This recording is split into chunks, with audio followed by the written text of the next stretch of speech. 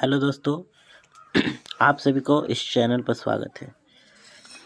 यदि आप बिहार बोर्ड के छात्र हैं तो आपको यह वीडियो पूरा देखना चाहिए, क्योंकि यह मैट्रिक क्लास का हिंदी हिंदी को पहला चैप्टर से शुरू किया गया है ऑब्जेक्टिव, जो परीक्षा में पूछने की काफ़ी संभावना है।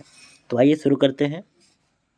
पहला प्रश्न कहता है, अंबेडकर का जन्म 14 अप्रैल 1891 ईस्वी में एक डैश परिवार में हुआ था। तो किस परिवार में हुआ था? तो आपका सही आंसर होगा डी, दलित परिवार में हुआ था। आइए दूसरा प्रश्न को देखते हैं। दूसरा प्रश्न भी आपके सामने दिख रहा होगा। दूसरा प्रश्न कहता है, बाबा साहेब की सक्रिय भूमिका रही थी समाज में, राजनीति में, विधि में, इनमें से सभी।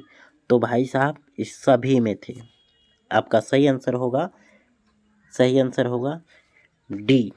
आइए अगला प्रश्न को देखते हैं। प्रश्न तीसरा प्रश्न कहता है,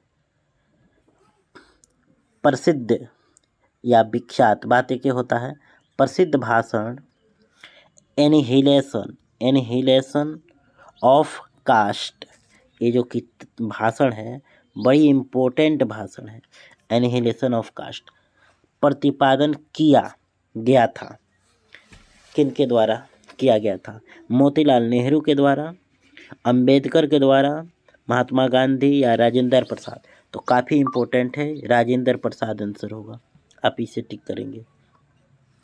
अगला प्रश्न, चौथा प्रश्न कहता है, भारतीय संविधान का जनक किसे कहा जाता है? ऑप्शन है ए में जयशंकर प्रसाद, दूसरा है बाल गंगाधर तिलक, तीसरा है बाबा साहेब अम्बेडकर, चौथा है गोखले। तो आपका सही आंसर होगा सी, बाबा साहेब अम्बेडकर जी। अगला क्वेश्चन है, बाबा प्रारूप समिति के अध्यक्ष तथा प्रथम कानून निर्माता कौन थे? ऑप्शन ए है आपका फिरोज शाह मेहता, गांधी, अंबेडकर या पंडित जवाहरलाल नेहरू। तो आपका सही आंसर होगा सी, इसका भी होगा सी, बाबा साहेब अम्बेडकर थे। आइए अगला प्रश्न को देखते हैं। प्रश्न कहता है, निम्नलिखित रचनाओं में से कौन सी रचना बाबा साहेब की नहीं है? पहला ऑप्शन दिया है आपका द अनटचेबल कि untouchable, who are they, the caste in India. तो बच्चा लोग, इनमें ए भी उनका रचना है, ए भी है और ए भी है, यही नहीं है। तो आपका सही आंसर होगा बी, छठा का आंसर होगा बी। आइए सातवां प्रश्न को देखते हैं। सातवां प्रश्न कहता है, श्रम विभाजन और जाति प्रथा निबंध किसने लिखा है? अंबेडकर ने, मैक्स मुलर ने, गुरु नानक ने, महात्मा गांधी ने? तो श्रम विभाजन और जाति प्रथा भीम अंबेडकर जी लिखे हैं। तो आपका सही आंसर होगा ए। चलिए आगे कुछ महत्वपूर्ण प्रश्न आपको दिखाते हैं। प्रश्न आपके सामने है। प्रश्न कहता है, अंबेडकर के व्यक्तिगत के प्रेरक थे, मैंने उनको आगे बढ़ने के लिए प्रेरित कौन करता था? तो उनके जीवन में आप जानते हो 3 व्यक्ति थे। वो कौन कौन थे? तो पहला थे बुद्ध, दूसरा ज्योतिबा फुल्ले, ठीक है, बुद्ध, ज्योतिबा फुल्ले, और एक और था व्यक्ति, कौन था? तो इसमें ऑप्शन में कौन है? तो बुद्ध है। तो बुद्ध आंसर मार दो। आगे बढ़ते हैं। बाबा साहेब निम्न में से किन अधिकारों की बात कर रहे थे? मजदूर, स्त्री, अछूत, इनमें से सभी? तो आप जानते हो वे सभी मैंने निचले पावदान को तो मानते ही थे, स्त्री को, छूत को, इन सब को। तो इसलिए सही आंसर आपका डी होगा। आइए अगला प्रश्न को देखते हैं। दिसंबर 1956 में बाबा साहेब का निधन किस शहर में हुआ था? तो आप जानते हो बाबा साहेब का मृत्यु दिल्ली में हुआ था। ठीक है, चलिए आगे आगे जो प्रश्न है, प्रश्न को देखते हैं। बाबा साहेब का मृत्यु कहाँ हुआ था? दिल्ली में। बुद्ध, कबीर और ज्योतिबा फुले उनके जो प्रेरणा स्रोत थे।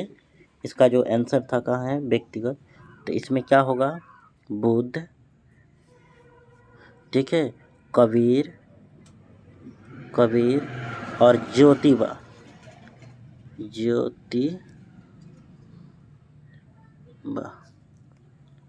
ठीक है, यही लोग थे। आगे आइए देखते हैं। आगे आधुनिक सभ्य समाज के अनुसार जाति प्रथा डैश का ही एक रूप है। तो आपका सही आंसर होगा श्रम विभाजन। आइए अगला प्रश्न देखते हैं। प्रश्न कहता है श्रम विभाजन और जाति प्रथा। श्रम विभाजन और जाति प्रथा निबंध समाज के किस वर्ग को दर्शाया गया है? उच्च, सामान्य, मध्य, हाशिए पर रह रहे। तो इसका सही आंसर होगा डी। इसका सही आंसर होगा डी। आगे आइए, अगला प्रश्न कहता है निम्न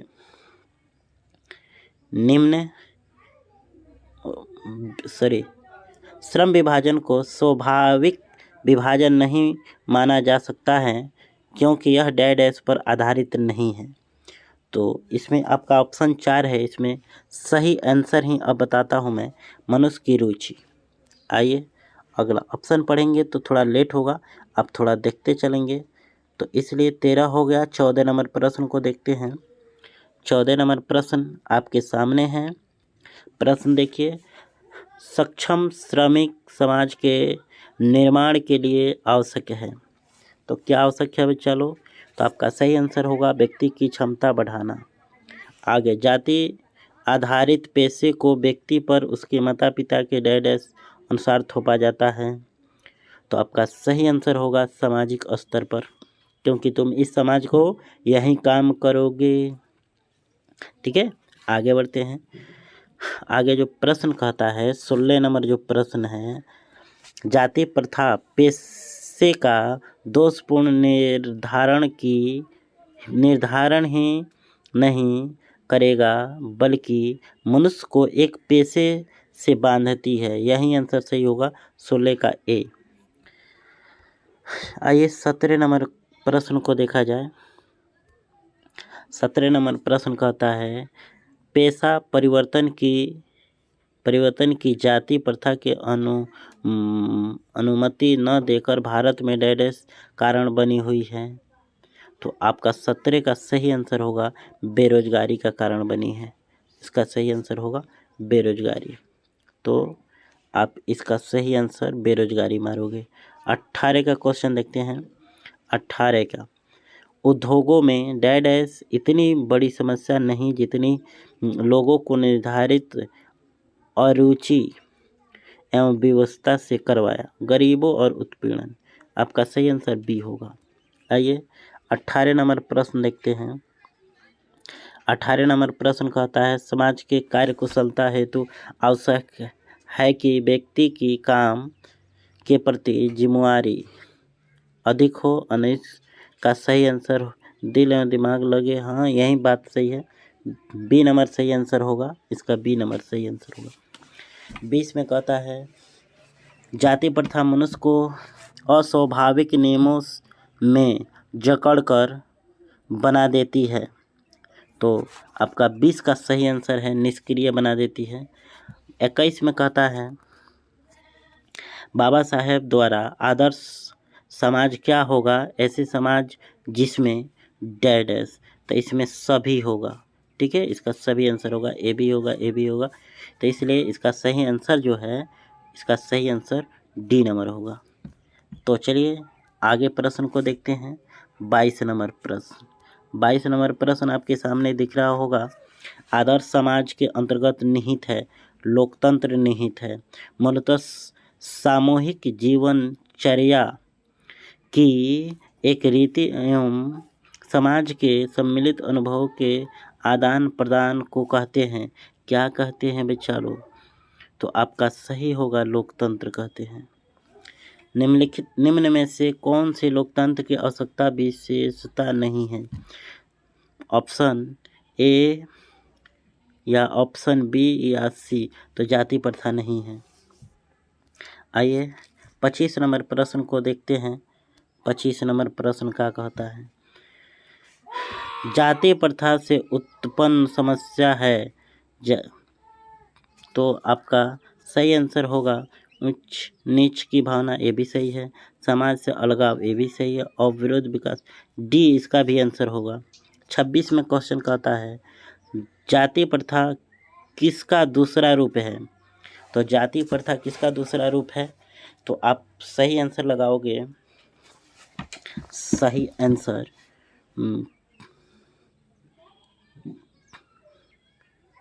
26 दूसरा रूप है तो श्रम विभाजन का है। ठीक है। 27 नंबर क्वेश्चन देखेंगे। श्रम विभाजन का सबसे बड़ा दोष क्या है?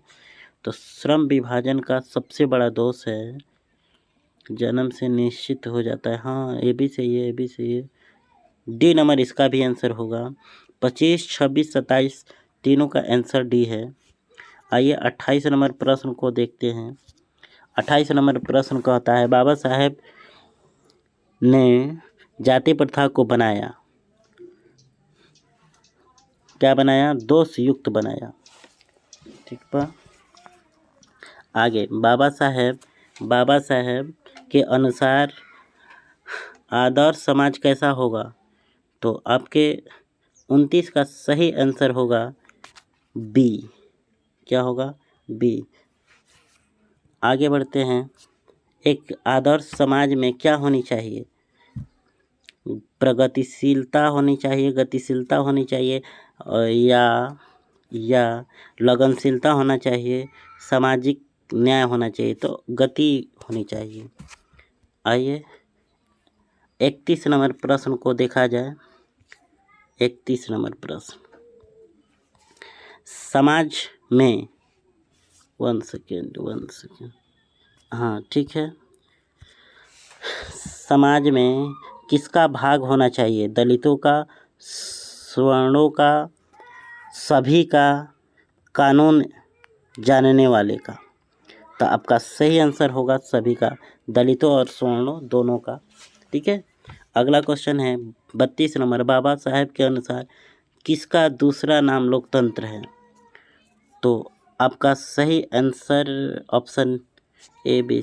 नीचे देखते हैं, नीचे जो है, हाँ नीचे जो दिया है यहाँ पर, ठीक है, यहाँ पर जो दिया है सी नंबर आंसर, 32 का सी। आगे क्वेश्चन कहता है बाबा अंबेडकर के अनुसार इस युग में किन लोगों की कमी न है? तो आपका सही आंसर होगा, एक बार पूरा थोड़ा दिखा दिया, हाँ, कमी नहीं है। ईमानदार लोगों की, भ्रष्टाचारियों की, या